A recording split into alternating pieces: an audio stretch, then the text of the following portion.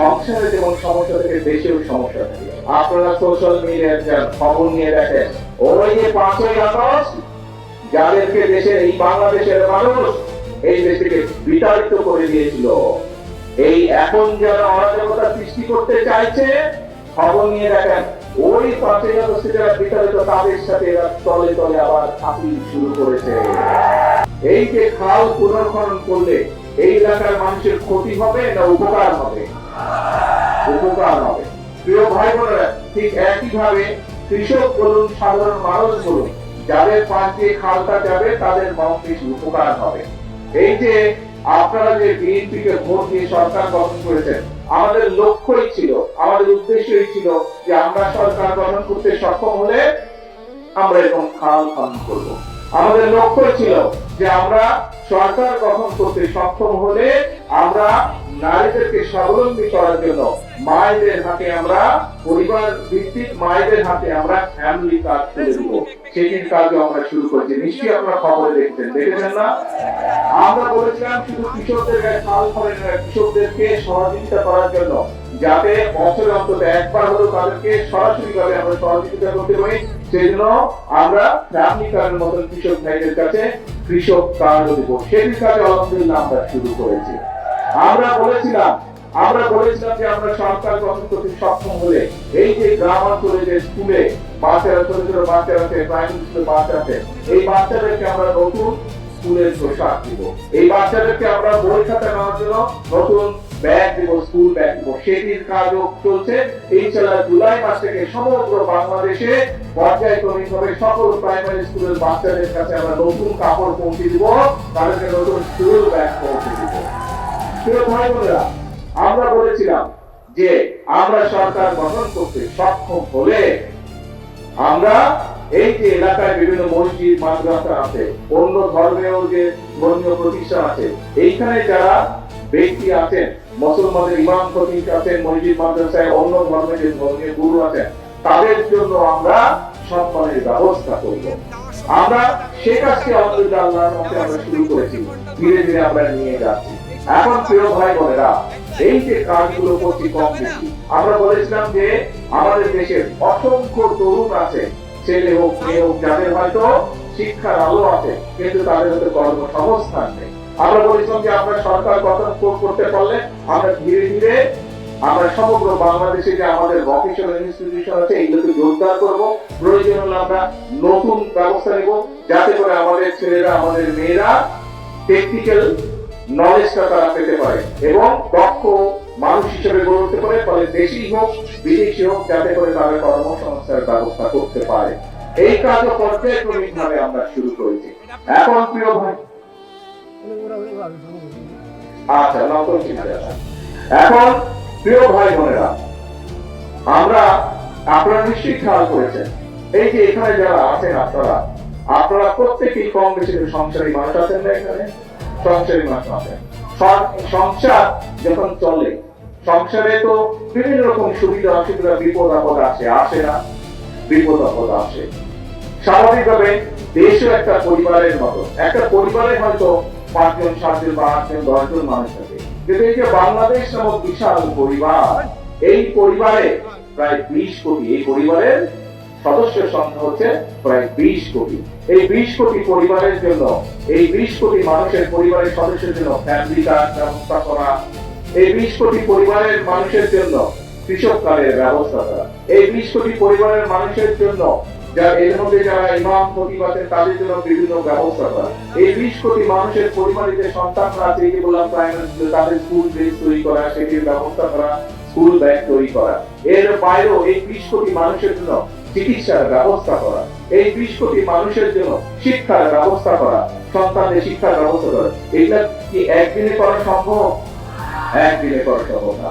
আপনার সংসারে বিভিন্ন রকম সুবিধা অসুবিধা থাকে, মানুষ 20 বছর 25 বছর 50 বছর 60 বছর 70 বছর সংসার করে, কিন্তু টুকটাক সমস্যা তারপরেও তো রয়ে যায়, তাই না?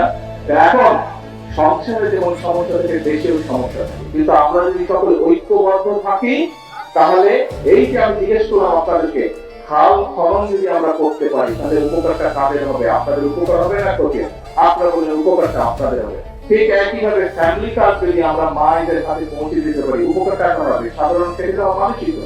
কৃষক কার্ড যদি আমরা পৌঁছে দিতে পারি কৃষকদের হাতে, সারা দেশে প্রায় 275 লক্ষ কৃষক আছে বিভিন্ন রকমের, তাদের কাছে যদি পৌঁছে দিতে পারি কৃষক কার্ড, উপকারটা কাদের হবে? কৃষক ভাইদের দিতে হবে।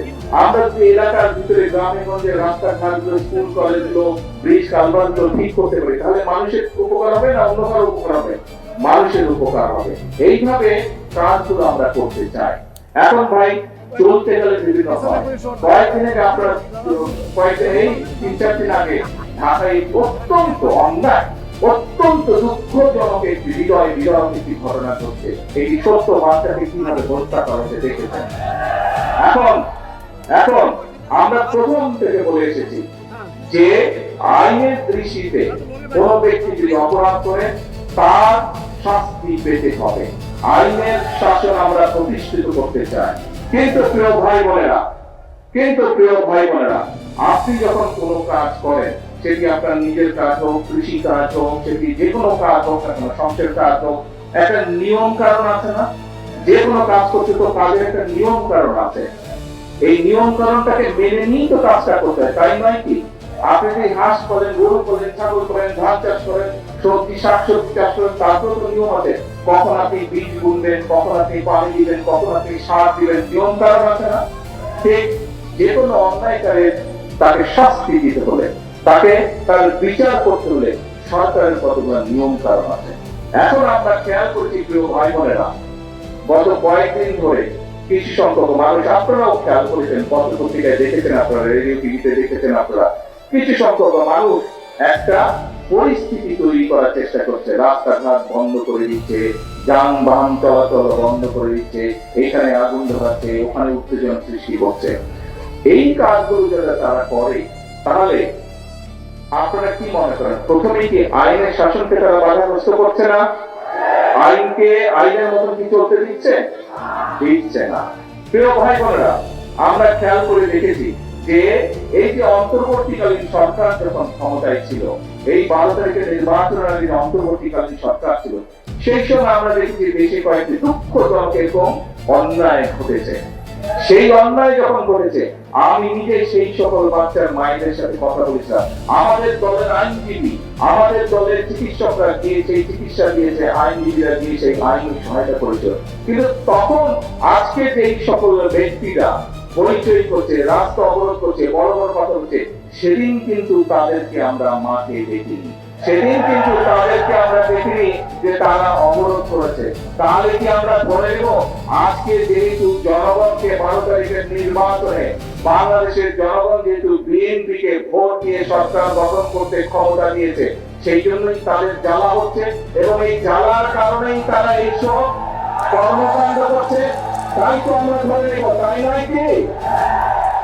আপনারা চিন্তা করে দেখেন প্রিয় ভাই বোনেরা, যারা এই রকম পরিস্থিতি তৈরি করতে চেষ্টা করছে, তারা কিন্তু কৃষককে নিয়ে কোনো কথা বলে না। যারা একটা ঘোলাটে পরিস্থিতি তৈরি করতে চেষ্টা করছে, তারা দেশের মানুষের কর্মসংস্থান নিয়ে কোনো কথা বলে না। যারা এই ধরনের পরিস্থিতি তৈরি করার চেষ্টা করছে, রাস্তাঘাট বন্ধ করে অবরোধ করার চেষ্টা করছে, তারা কিন্তু কৃষকের খাল কাটার কথা বলে না, তারা কৃষক কার্ডের কথা বলে না।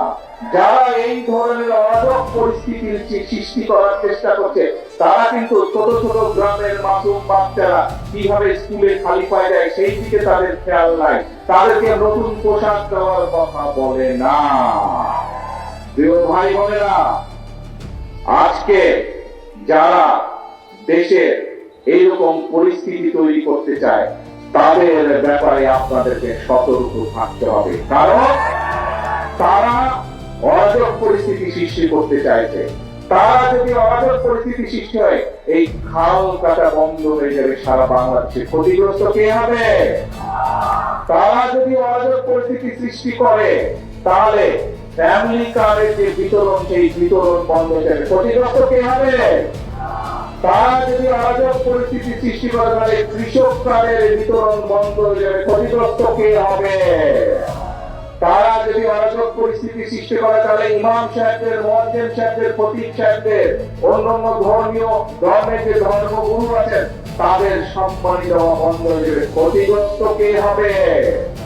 প্রিয় ভাই বোনেরা, তারা যদি অরাজক পরিস্থিতি সৃষ্টি করে রাস্তাঘাট বন্ধ করে তাহলে গ্রামের বাচ্চাদেরকে যে আমরা নতুন স্কুল ড্রেস দিতে চাইছি, গ্রামের বাচ্চাদেরকে যে স্কুল ব্যাগ দিতে চাইছি, সেই প্রক্রিয়া বন্ধ হয়ে যাবে। ক্ষতিগ্রস্ত কে হবে? গ্রামের বাচ্চারা হবে।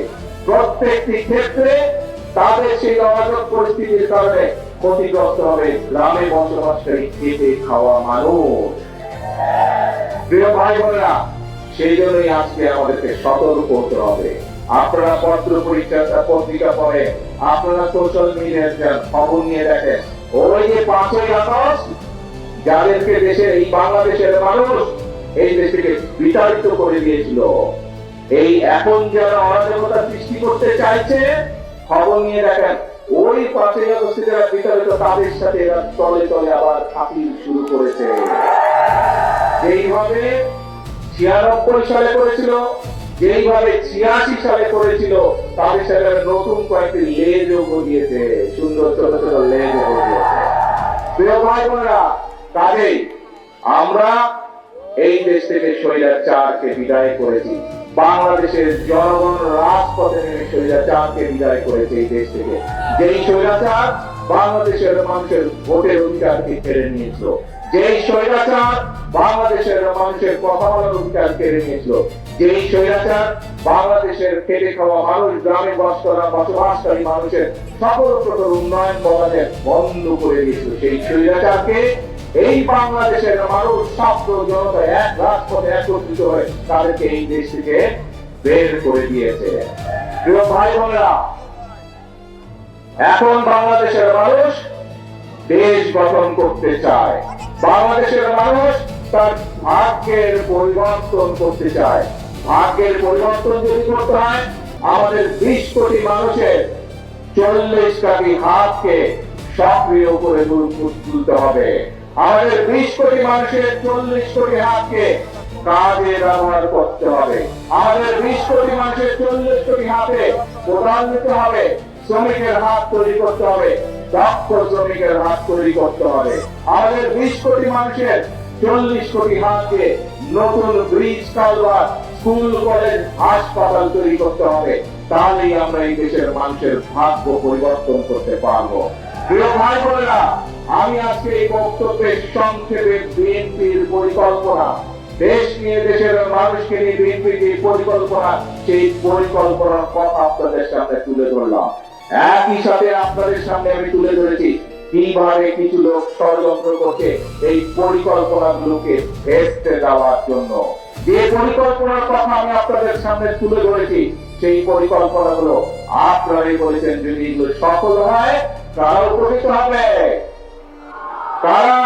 কিভাবে কারা উপকৃত হবে? এই পরিকল্পনা, বিএনপির পরিকল্পনা সফল হলে কৃষক কার্ডের পরিকল্পনা, ফ্যামিলি কার্ডের পরিকল্পনা, ইমাম খতিব সাহেবদের সম্মানের ব্যবস্থা, এই খাল খনন কর্মসূচি, বাচ্চাদের স্কুলের ড্রেস, এইগুলো যদি আমরা সফল করতে পারি, উপকার কাদের হবে?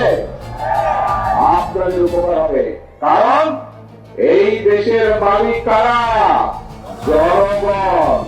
বিএনপি সরকার সেই জনগণের ভাগ্যের পরিবর্তন করতে চায় জনগণকে সাথে নিয়ে। প্রিয় ভাই বোনেরা, আজকে সময় এসেছে মানুষের ভাগ্যের পরিবর্তনের জন্য যে কাজগুলো, সেগুলো একদিকে সফল করা, আরেকদিকে যারা ন্যায় বিচারকে, সঠিক বিচারকে বাধাগ্রস্ত করার জন্য বিভ্রান্তি ছড়াচ্ছে, আরেকদিকে যারা মানুষের জন্য গৃহীত কর্মসূচিকে বাধাগ্রস্তের জন্য বিভ্রান্তি ছড়াচ্ছে, তাদের ব্যাপারে বাংলাদেশের মানুষকে সজাগ থাকতে হবে। পারবেন আপনারা সজাগ থাকতে? আমাদের সকলকে সজাগ থাকতে হবে। মনে রাখতে হবে এই দেশের মালিক জনগণ। কিছু সংখ্যক মানুষ এসে বিভ্রান্ত ছড়াবে আর তারা সফল হয়ে যাবে, মানুষের ভাগ্যনি তারা ছিনিয়ে ফেলবে। এই কাজ আর হতে দেওয়া যাবে না। যারা জনগণের সাথে থাকবে, জনগণের পাশে থাকবে, জনগণের জন্য কাজ করবে, বাংলাদেশের জনগণ তাদেরকে সাথে নিয়ে এই দেশকে রক্ষা করবে যে কোনো ষড়যন্ত্রের হাত থেকে। এবং সেজন্যই আমি